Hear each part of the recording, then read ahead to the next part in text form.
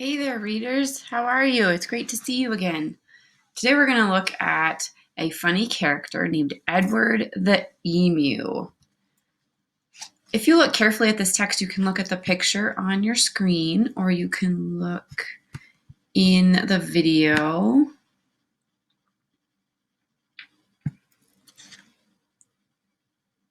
What do you think the genre of this book is, and why? This would be a great time to pause the video, turn and talk to someone near you, jot your thinking down in a reader's notebook, on a sticky note, or anywhere that you can find a spot to write it down. I think the genre of this book is fiction. I'm predicting this cute little guy down here is probably a talking character, usually the main character who's on the cover of a text. And so if he's our main character and he's probably going to be talking, that would be a made-up fiction text. Okay, here's our learning target for today. Ready? Read it along with me. I can identify the problem and solution in the plot. What does it mean, readers, to identify something? When you identify something, you're usually finding it with this part of your body. That's right, it means find. I can find the problem and solution in the plot. As we've learned from other read-alouds we've done together and other lessons we've done together, great fiction texts have a plot. And in that plot, an important part is including the problem in the text and the solution. The solution usually comes at the very end and wraps everything up. Let's see if we can hunt closely for the problem and solution in Edward the Emu today. Get ready, readers. Here we go. We don't need that little yellow line anymore. Edward the Emu. So this is an animal fantasy text, and the author has chosen to organize it in rhyme. So see if you can notice how the author organized it using rhyme, like someone might do in poetry.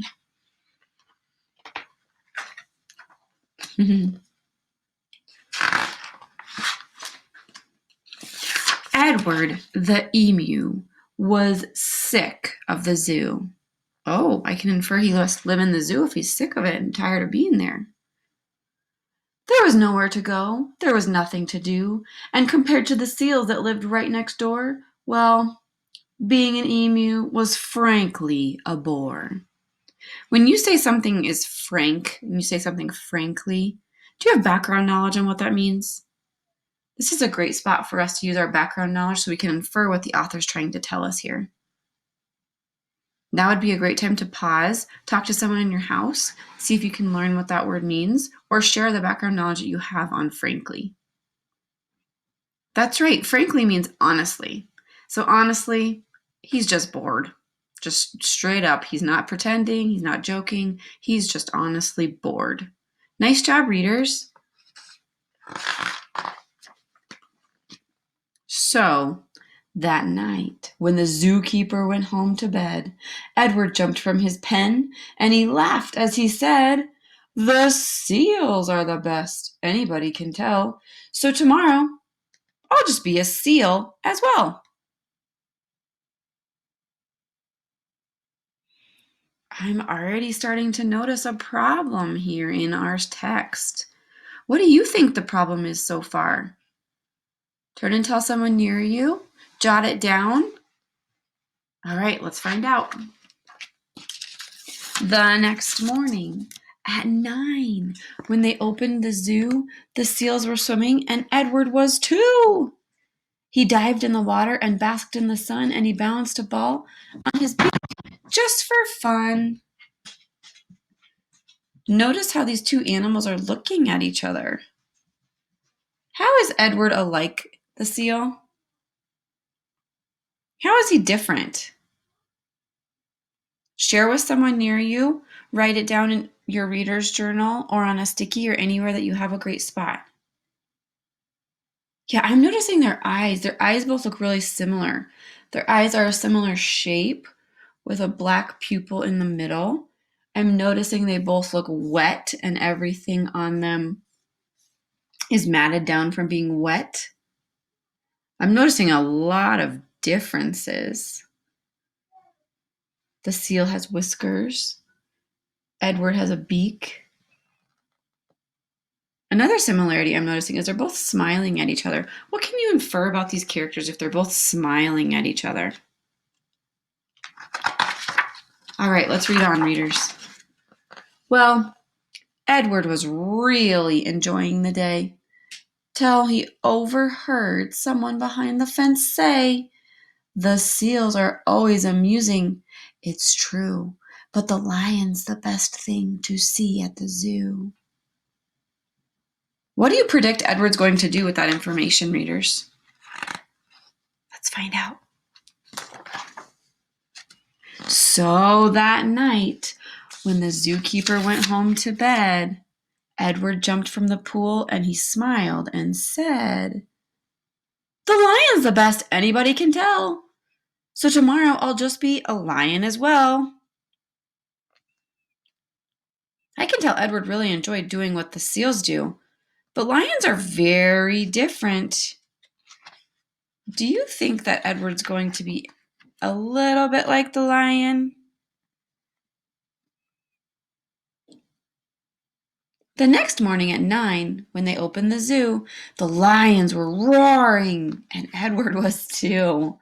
He snarled at the ladies and growled at the men. Life was certainly grand for a lion in his den. What's a similarity, a same thing you're noticing about them? And what's a difference you're noticing about the emu and the lion? Similarity and difference.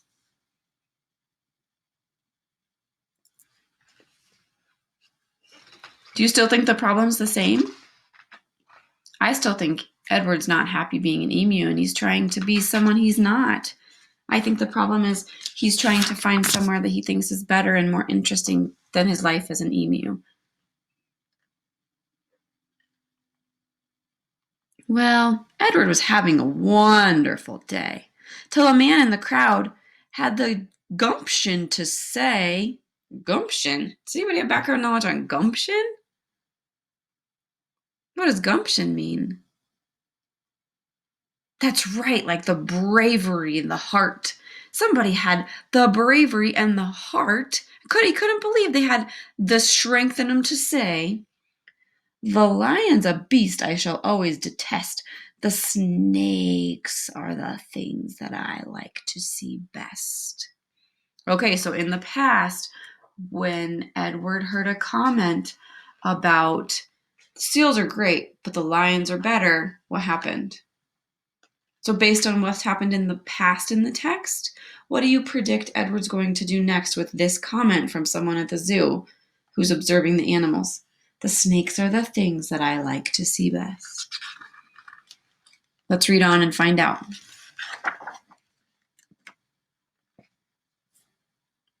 Look at that picture. What can you infer is happening here? What are your text clues? And what background knowledge do you have when someone's face looks like that, even if it's an animal character?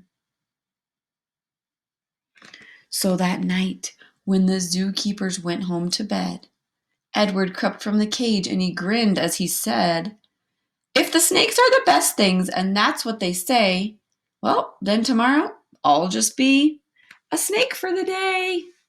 Are you hearing the rhyming? The next morning at 9, when they opened the zoo, the snakes were all hissing and Edward was too. He slipped round the rocks. It was magic to see. Then he curled himself casually up a tree.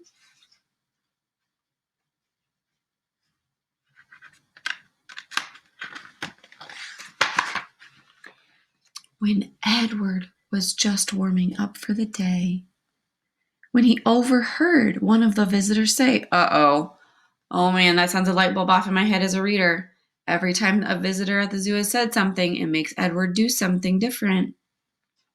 So I'm already predicting what he's going to try and do next to solve this problem is go to whatever animal the visitor says next. I'm also inferring how he's feeling. He really seems to look like he's feeling very different here than he has in the rest of the book. What can you infer? How can you tell he's feeling right now? The snakes are impressive. I know that it's true. But the emu's by far the best thing at the zoo. Oh, the emu, gasped Edward. My goodness, that's me. I'm the thing that gentleman most likes to see. Not the seals, the lions, the snakes, and the rest. It's Edward the emu. He likes to see best. So that night, when the zookeepers went home to bed, Edward slipped from the cage and he laughed as he said, "If the emu's the best, then that's easy then. Tomorrow, I'm Edward the emu again."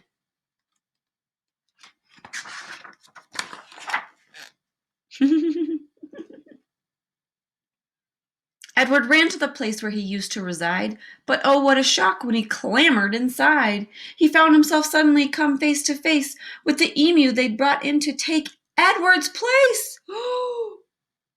Because Edward's gone, they replaced him. What can you infer about how they both feel seeing each other?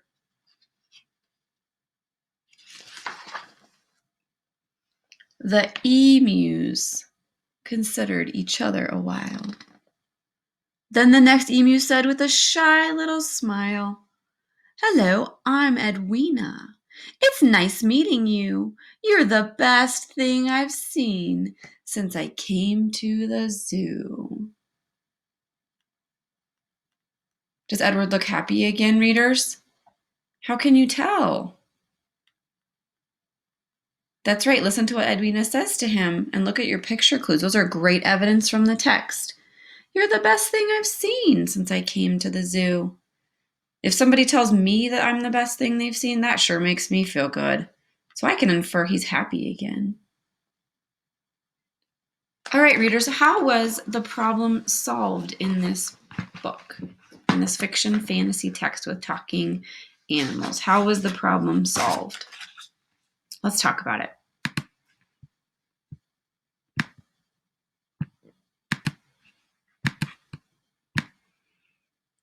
Okay, so now is a great time to either turn and talk to someone who's around you, or this is when you need to write in a reader's notebook or a spot that you can write. What do you think the problem was in the text and how was it solved? So for Miss A, what I'm going to go write in my reader's notebook is I think the problem in the text was that Edward was not happy being an emu. He really thought life was better somewhere else in the zoo. That was solved when Edward tried to be all these different animals. He tried to be a lion, he tried to be a seal, he tried to be a snake. And he finally realized when he made it back to his emu habitat that being an emu was great. I rhymed like the book. Didn't mean to. Okay, so now here's a challenge I have for you. If you take the time to stop and write, what did you read today? Who was it written by? What is the problem that you saw in the text? How was that problem solved for Edward? Then choose one or both of these yellow sentence stems to write about. So after you write the problem and solution, how would you rewrite the ending of this book? What would be a creative way that you would rewrite the ending to this text, and why would you do that? Or what do you think the author's message is in this text? I think the author has a really great message. So based on what happened to Edward, I'm thinking the author wants us to learn that being ourselves is what's great. We are all made different. We are all made ourselves for a reason. It can be really tempting to think, oh man, that person over there looks really great. Their home looks really great. The way they live is really cool. The toys they have is really fun. What they get to do is amazing. They're so lucky. But when you come back to who you are and who you're meant to be, I think being you is what's really great too. So what does that mean for you? If that's the author's message, because that's the lesson that Edward learned, if that's the message the author wants us to learn, what does that mean for you in your life? So for Miss A, that means being happy and content and grateful with who I am and what I have, not trying to be someone else, doing what I know is right and doing what I know is best, showing integrity. So if you're ready to take on this challenge, go ahead and pause the video. Use these sentence stems to help you. And if you're not taking on this challenge today, make sure you find someone around you or near you who you can at least stop and talk about the text with. Thanks for reading with me today, readers. It was great to see you. Bye.